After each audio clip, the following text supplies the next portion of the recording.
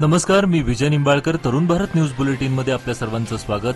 आता पाहूयात ठळक घडामोडी.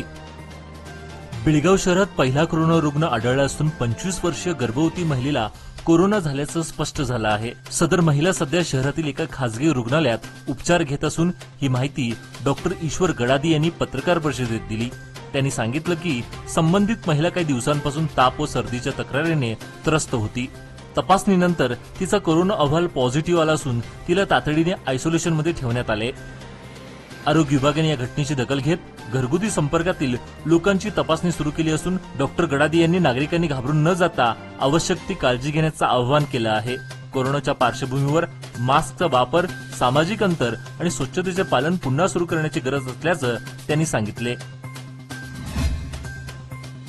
एका स्वामीने अल्पवयीन मुलीवर अत्याचार करून तिला जीवे मारण्याची धमकी दिल्याची धक्कादायक घटना रायबाग तालुक्यातील मेखळी येथे उघडकीस आली आहे. या प्रकरणी लोकेश्वर नावाच्या नरधम स्वामीला पोलिसांनी बेड्या ठोकल्या आहेत. सदर स्वामी पीडित मुलीच्या कुटुंबियांच्या ओळखीचा होता. त्यामुळे रस्त्याने घराकडे जाणाऱ्या पीडित मुलीला आपल्या कारमधून घरापर्यंत सोडतो असं सांगून घेऊन गेला. त्यानंतर बागलकोट मार्गे रायचूरपर्यंत नेऊन एका लॉजमध्ये तिच्यावर अत्याचार करण्यात आला. त्यानंतर महालिंगपूर बस स्थानकात तिला सोडले आणि घरच्यांना याबाबत सांगितल्यास तुला मारून टाकू अशी धमकी दिली. पीडित मुलीने हा सर्व प्रकार त्यांच्या घरच्यांना सांगितल्यावर ही घटना उघडकीस आली. या प्रकरणी बागलकोट महिला पोलीस स्थानकात पोक्सो कायद्याअंतर्गत गुन्हा दाखल करून स्वामीला अटक केली आहे. सौंदती तालुक्यातील हरुगोप्पा गावात एका 3 वर्षीय निष्पाप बालकाचा सावत्र पित्यानेच अग्निदेवतेच्या हवाली करून खून केल्याची धक्कादायक घटना समोर आली. या अमानुष घटनेने संपूर्ण परिसरात खळबळ उडाली असून बाळाच्या खून प्रकरणी महेश मांजी, राकेश मांजी आणि शिवानंद मांजी यांना पोलिसांनी अटक केली आहे. कौटुंबिक वादातून ही घटना घडली असावी असा संशय व्यक्त करण्यात येत असून पोलीस तपास सुरू आहे, अशी माहिती जिल्हा पोलीस अधीक्षक डॉक्टर भीमाशंकर गुळेद यांनी पत्रकार परिषदेत दिली. टिळकवाडी येथील व्हॅक्सिन डेपो परिसरात लाखो रुपये खर्च करून उभारण्यात आलेला ग्लास हाऊस सध्या अवैध पार्टी व मद्यपियांसाठी वापरलं जात असल्याचं समोर आलं आहे. यामुळे स्थानिक ज्येष्ठ नागरिकांनी रहिवाशांमध्ये तीव्र संतापाचं वातावरण आहे. ग्लास हाऊसची अवस्था दिवसेंदिवस उद्ध्वस्त होत चालली असून रात्री अवैध धंद्यांना ऊत येत आहे. स्वच्छता, संरक्षक व्यवस्था आणि सुरक्षा याचा पूर्ण अभाव असून या ठिकाणी रात्री पार्ट्यांचा धिंगाणा सुरू असतो, असे स्थानिक नागरिकांनी सांगितले. व्हॅक्सिन डेपो परिसरातील देखभाल व शिस्त ही प्रशासनासोबतच नागरिकांचीही जबाबदारी असली तरी प्रशासनाकडून याकडे संपूर्ण दुर्लक्ष होत असल्याचा आरोप होत आहे.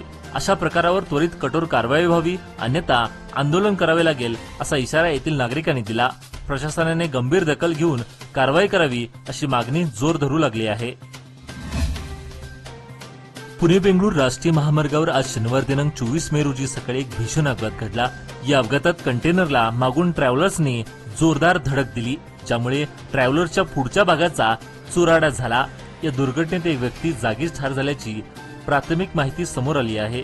या अपघातात ट्रॅव्हल्सला ओमनी वाहनानेही धडक दिली, ज्यामुळे एकूण परिस्थिती अधिक गंभीर झाली होती. या घटनेने महामार्गावर काही काळ वाहतूक ठप्प झाली होती. बेळगाव शहराजवळील देसूर येथील ग्रीन पार्क येथे आपल्याला एनए लेआउट झालेले 30 बाय 40 फूट आणि 40 बाय 60 फूट या आकारातील रेसिडेन्शियल प्लॉट्स उपलब्ध आहेत. तेही 100% कायदेशीर, टाउन प्लॅनिंग अप्रुव्हल आणि KJP नंबर प्राप्त झालेले. तसेच 40 फीट रुंद कॉन्क्रीटचे रस्ते, LED street lights, borewell, play area आणि भरपूर स्पेशियस पार्किंग. त्यामुळे हा प्रोजेक्ट नसून ही आहे भविष्यातील सुवर्ण संधी. अधिक माहितीसाठी आजच संपर्क साधा. Lokmanya reality, shop number 6, Krish रिसाइड्स, सोमवारपेठ, टिळकवाडी, बेळगाव. नवे पाऊल, नवा संकल्प लोकमान्य सोसायटी सादर करत आहे. लोकमान्य शुभारंभ ठेव योजना, जी देते तुमच्या ठेवीवर आकर्षक व्याज. ज्येष्ठ नागरिकांसाठी 0.5% अधिक व्याज. अधिक माहितीसाठी कॉल करा 1800-212-4050. लोकमान्य, जिथे पैसा वाढतो आणि नातं वृद्धिंगत होतं. शहरात सायबर फसवणुकीच्या घटनांमध्ये सातत्याने वाढ होत असल्याचं स्पष्ट होत असून नागरिकांनी अधिक सावधगिरी बाळगावी असं आवाहन सायबर क्राईम विभागाचे ESI शंकर शिंदे यांनी केलं आहे. आज शनिवारी रविवारपेठ येथील एका खासगी बँकेत आयोजित जागरूकता कार्यक्रमामध्ये ते बोलत होते. त्यांनी सांगितलं की बँक कर्मचाऱ्यांनी नेहमी मजबूत पासवर्ड वापरावा आणि तो अनेक वेबसाईटवर एकाच स्वरूपात वापरणे टाळावा.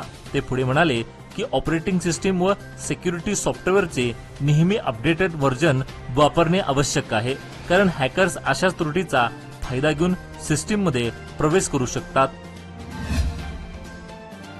जिल्ह्यात पुन्हा कोरोनाचा प्रादुर्भाव वाढू लागल्याची चिन्हे दिसू लागताच जिल्ह्याचा आरोग्य विभाग अलर्ट मोडवर गेला आहे.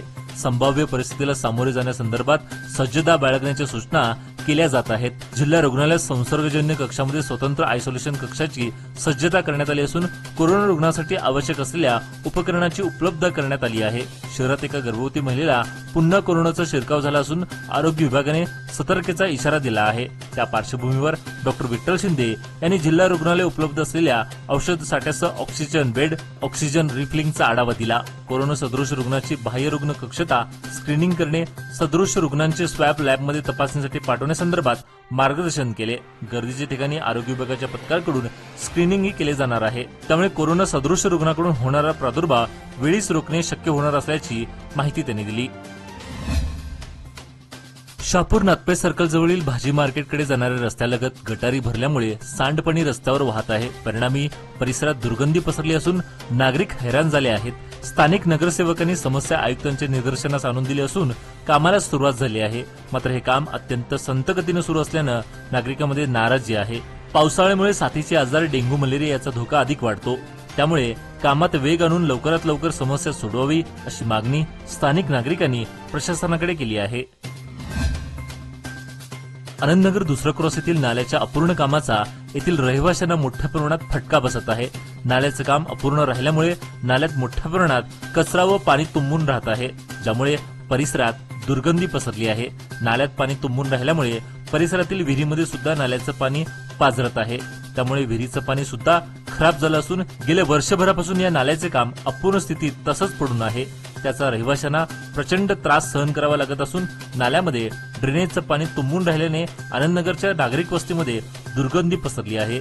नाल्यात साचलेल्या ड्रेनेजच्या पाण्यामुळे डासांचा प्रादुर्भाव वाढला असून एक प्रकारे साथींच्या रोगांना आमंत्रणच मिळत आहे. कर्नाटक महाराष्ट्र हद्दीतील चंदगड तालुक्यातील वैजनाथ डोंगरालगत असलेल्या बुख्याळ कौली गावालगत असलेल्या शेतवडीमध्ये ठेवलेल्या ट्रॅक्टर ट्रॉली व बैलगाडी चाळोबा गणेश हत्तीने उलटून मोठे नुकसान केले आहे. याबरोबरच शेतवडीतील केळीची झाडे, ऊस, मका या पिकांचेही धुडगूस घालून नुकसान केले आहे. या भागात शेतकरी वर्गात भीतीचं वातावरण पसरलं असून गेल्या 1 महिन्यांपासून बेळगाव तालुक्यातील बेक्किनकरी, अत्तीवाड, उसगाव, बस्तूर ते कोणेवाडी भागात सातत्याने या चाळोबा गणेश हत्तीने मोठी दहशत घातली आहे. कर्नाटक महाराष्ट्र सीमेलगत असलेल्या बुक्क्याळ व कौलगे गावात हत्तीने या भागात धुडगूस घालून शेतकऱ्यांचं मोठं नुकसान केलं आहे. लोकमान्यच्या मुदत ठेव योजना म्हणजेच सुयोग्य कालावधी सर्वोत्तम व्याजदर. आता तुमच्या गुंतवणुकीवर मिळवा 10.60% परतावा. अधिक माहितीसाठी आजच संपर्क करा 1800212405. लोकमान्य, प्रत्येक पावलावर तुमच्या सोबत. योजना फक्त सभासदांकरिता. नियम व अटी लागू. पंतप्रधान नरेंद्र मोदी यांच्याबद्दल आक्षेपार्ह पोस्ट तयार करून सोशल मीडियावर व्हायरल केल्याबद्दल कलगडगी पोलीस ठाण्यात गुन्हा दाखल झाला आहे. मोहम्मद अजीज अब्दुल साबरोना वय 27 असे गुन्हा दाखल झालेल्या संशयिताचे नाव आहे. सोशल मीडियावर पोलिसांची करडी नजर असून समाजघातक मेसेज तयार करणारे आणि व्हायरल करणाऱ्यावर कायदेशीर कारवाई करण्याचा इशारा जिल्हा पोलीस प्रमुख भीमाशंकर गोळेद यांनी दिला आहे. जातीय धार्मिक तेढ निर्माण करणारे मेसेज सोशल मीडियातून व्हायरल होत असल्याने कायदा सुव्यवस्थेचा प्रश्न निर्माण होत असून या पार्श्वभूमीवर पोलिसांची सोशल मीडियावर करडी नजर आहे. थिपू भूतान येथे 11 ते 15 जून 2025 दरम्यान होणाऱ्या दक्षिण आशिया शरीर सौष्ठव आणि फिजिक्स स्पोर्ट्स स्पर्धेसाठी बेळगावच्या प्रताप कालकुंद्रीकर, किरण वाल्मिक आणि व्यंकटेश तहसीलदार या 3 खेळाडूंची निवड झाली आहे. या यशस्वी निवडीबद्दल बेळगाव जिल्हा शरीर सौष्ठव संघटनेतर्फे त्याचा सत्कार करण्यात आला आणि पुढील वाटचालीसाठी शुभेच्छा देण्यात आल्या. वैद्यकीय शिक्षण घेणाऱ्या बेळगाव जिल्ह्यातील तरुणीला गुंगीकार पेय पाजून तिच्यावर सामूहिक बलात्कार करणाऱ्या तिघांना 6 दिवस पोलीस कोठडी सुनावण्यात आली. या प्रकरणी पोलिसांनी त्यांना आज न्यायालयात हजर केले. दरम्यान पोलिसांनी घटनास्थळाचा पंचनामा केला, पुराव्याची नोंद घेतली. विनय विशेष पाटील, वय 22, राहणार अंतरोळीकर नगर, सोलापूर शहर.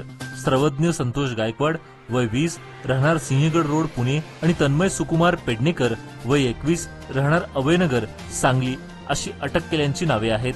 मंगळवारी रात्री या तिघांनी तिला चित्रपट पाहण्याच्या बहाण्याने मित्राच्या खोलीवर आणलं. तिथे तिला गुंगीकार शीतपेय पाजून बलात्कार केला. या प्रकरणी तिने पोलीस ठाण्यात तक्रार दिली. पोलिसांनी तिन्ही संशयितांना तात्काळ अटक केली असून आज त्यांना न्यायालयात हजर केले असता 6 दिवस कोठडी सुनावली आहे. अधिक तपास पोलीस निरीक्षक सुधीर भालेराव करत आहेत. आजचे बातमीपत्र इथेच संपले. अधिक माहिती व ताज्या घडामोडीसाठी पाहत राहा तरुण भारत न्यूज चॅनल. तसेच आमच्या चॅनलला लाईक, शेअर आणि सबस्क्राईब करायला विसरू नका. आणि विश्वासार्ह बातम्या पाहण्यासाठी दररोज वाचा दैनिक तरुण भारत. धन्यवाद.